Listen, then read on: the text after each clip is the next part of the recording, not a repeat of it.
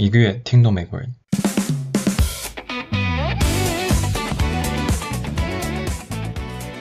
Hey everyone, welcome back to Everyday English Academy, where we make English simple and enjoyable. I'm Sarah. And I'm Mike. Thanks for being here with us today. Mike, are you okay? What, me? I'm fine. I'm totally fine. You keep looking at your phone. What's going on?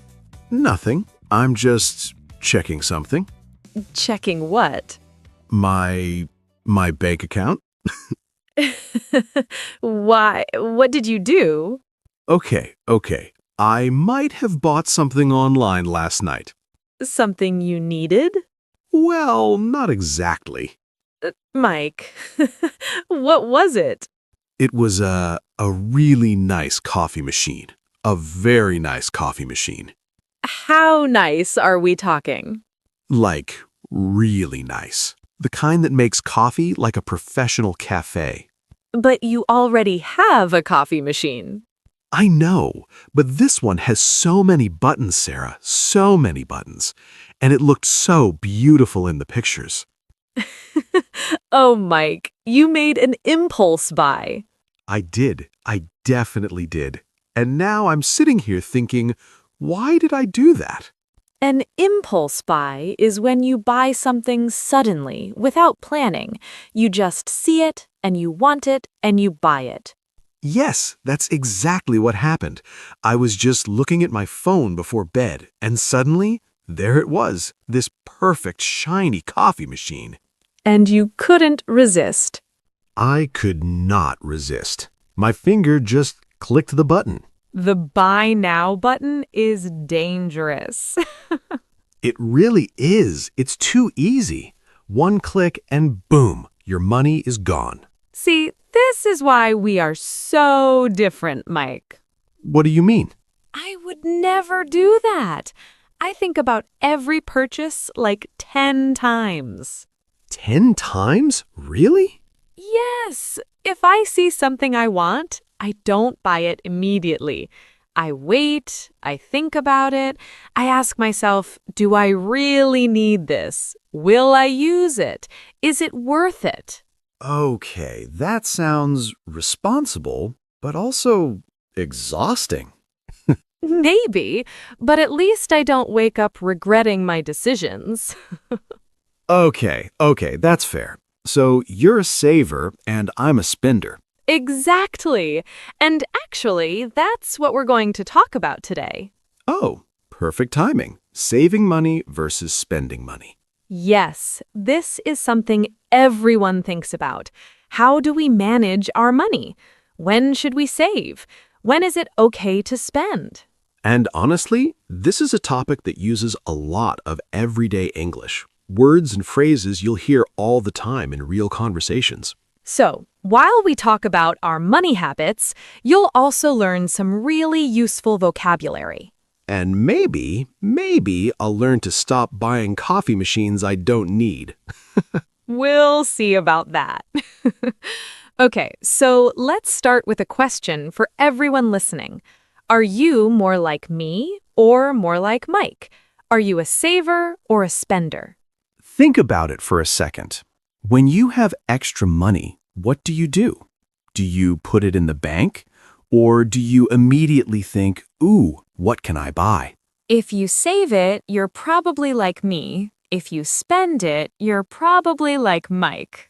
Hey, I'm not that bad. You just bought a coffee machine you don't need. It was on sale, Sarah. That's what everyone says. Okay, let's talk about this. Why do people spend money on things they don't need? Well, I think sometimes we want to treat ourselves, you know? We work hard, we're tired, we're stressed, and buying something nice feels good. Yes, treat yourself. That's a really common phrase. It means buying something special for yourself because you deserve it.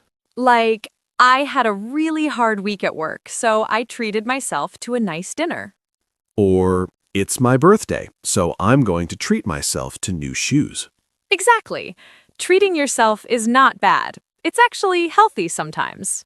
Right. The problem is when treating yourself happens every day. Yes, if you treat yourself every single day, that's not treating yourself anymore. That's just spending too much. Guilty. But honestly, Mike, I have the opposite problem. What do you mean? Sometimes I feel guilty about spending money even when I should spend it. Really? Yes, like last month I needed new winter boots. My old ones had holes in them. Holes, Mike. My feet were getting wet every time it rained. That sounds terrible. It was terrible, but every time I looked at boots online, I thought, but these are expensive. Maybe I can wait. Maybe my old boots are fine. Sarah, your boots had holes. I know! I finally bought new ones, but it took me like 3 weeks to decide. See, that's too much. You need boots. That's not a luxury. That's a necessity. I know. I'm working on it. But saving money is like a habit for me now. Sometimes I save too much. And spending is a habit for me. Sometimes I spend too much. So we both need balance. Exactly. And I think that's what most people struggle with, finding the right balance between saving and spending. Let's talk about some situations. When is it good to save money? Oh, definitely for emergencies. You never know what might happen. Your car might break down. You might need to go to the doctor. Things happen. Yes, having money set aside for emergencies is so important. Set aside means you save money for a specific purpose. You put it somewhere and you don't touch it. Like, I set aside $100 every month for emergencies. Or, I'm setting aside money for a vacation next year. That's smart. Future Mike will thank present Mike for doing that. Exactly. Another good reason to save is for big goals. Maybe you want to buy a house. Maybe you want to travel. Maybe you want to study something new. Right. Those things cost a lot of money. You can't just impulse buy a house. No, you definitely cannot. You need to save for months or even years. And what about when it's okay to spend? Well, like we said, treating yourself sometimes is okay. Also, spending money on experiences is usually worth it. Worth it. That's a great phrase. Something is worth it when the value you get is equal to or more than what you paid. For example, the concert tickets were expensive, but the show was amazing. It was totally worth it. Or this restaurant is pricey, but the food is incredible. It's worth it. Exactly. And I think experiences are often more worth it than things. What do you mean? Well, think about it. If you buy a new phone, you're happy for a few weeks, but then it becomes normal. You don't feel excited about it anymore. That's true. But if you spend money on a trip with your friends or a special dinner with your family, you remember that forever. The memory stays with you. That's a really good point. Experiences create memories. Things just become old. Exactly. So sometimes spending money on experiences is actually smarter than buying more stuff. Okay. But what about my coffee machine? That creates experiences. Every morning, I'll experience delicious coffee. Nice try, Mike. Hey, I'm trying to justify my purchase here. Let's talk about something important. What do you do when you don't have a lot of money? Oh, this is real life for many people, being on a budget. Yes. When you're on a budget, it means you have a limited amount of money to spend. You have to be careful. Like, I'm on a budget this month, so I can't eat out at restaurants. Or we're on a tight budget, so we're cooking at home more. A tight budget means you have even less money to work with. Right. And when you're on a budget, you often need to cut back on things. Cut back on something means to reduce how much you spend on it, to do less of it or buy less of it. For example, I'm trying to save money, so I'm cutting back on coffee shops. Ouch, that hurts me personally.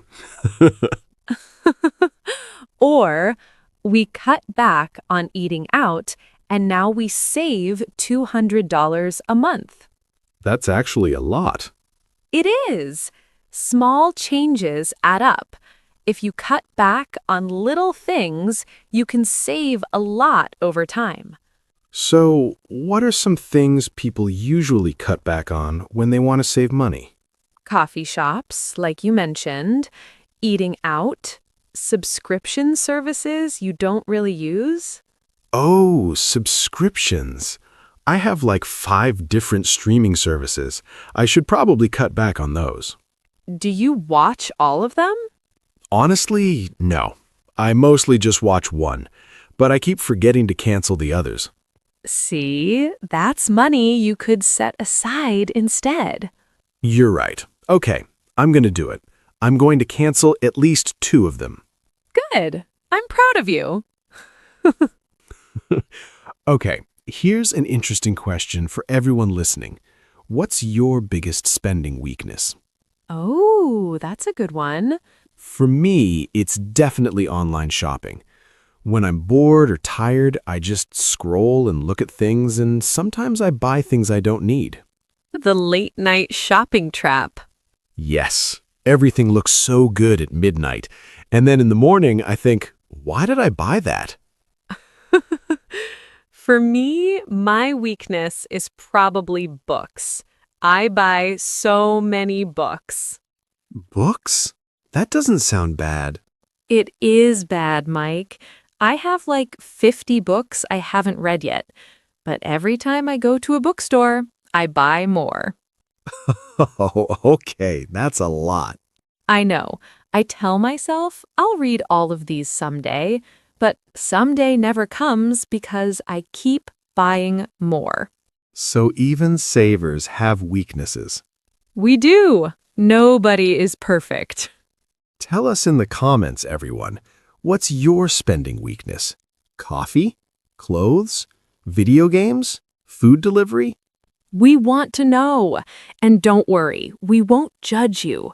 We all have something. Okay, let's talk about one more important thing. What about people who live paycheck to paycheck? Oh, this is a really important phrase.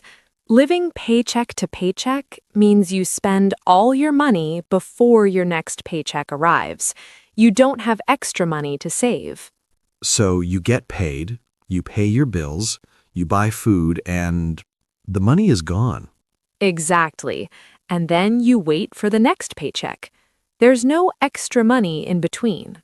This is reality for a lot of people. It's not easy. No, it's not. And if you're living paycheck to paycheck, saving money feels almost impossible. But even small amounts can help, right? Yes, even if you can only set aside $5 a week, that's something. In 1 year, that's $260. It's not huge, but it's a start. And sometimes just the habit of saving is more important than the amount. Exactly.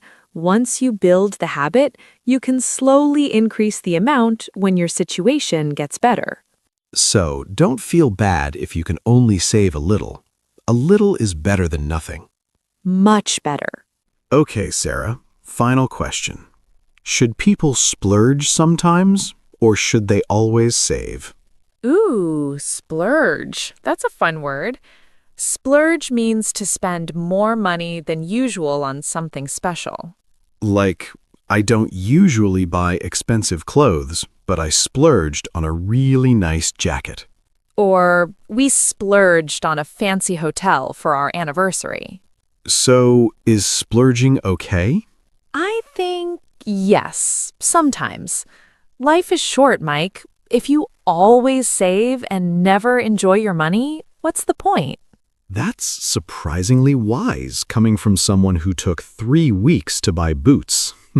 Hey, I'm learning, okay? But seriously, I think balance is everything. Save money for your future, but also enjoy your present. I agree. Don't spend all your money, but don't be afraid to spend some of it on things that make you happy. And make sure the things you splurge on are worth it, not just impulse buys at midnight. Okay, I get it. No more midnight coffee machine shopping. Good.